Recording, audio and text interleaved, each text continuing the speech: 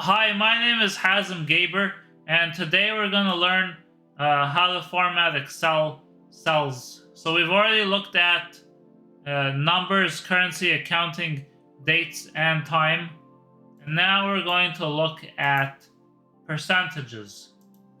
Percentages are very important. I'm going to use them a lot in Excel because you can use a percentage to multiply a number and calculate if I want to know what's 10% of this, what's 50% of this, what's 80% of this. So I'm formatting my row as a percent. So if I enter in the number 10, for example, you'll see as soon as I enter in a value, I've automatically got a percentage.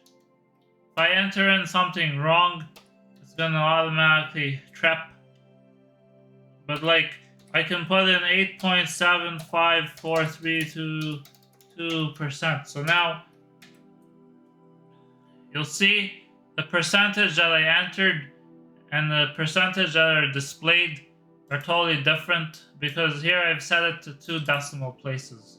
But I can increase the number of decimal places.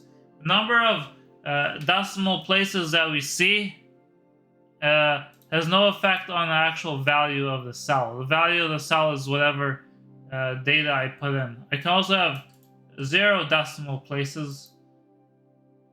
So I can go 0 and then we're okay here. Now, the second thing I can do is I can format this as a fraction.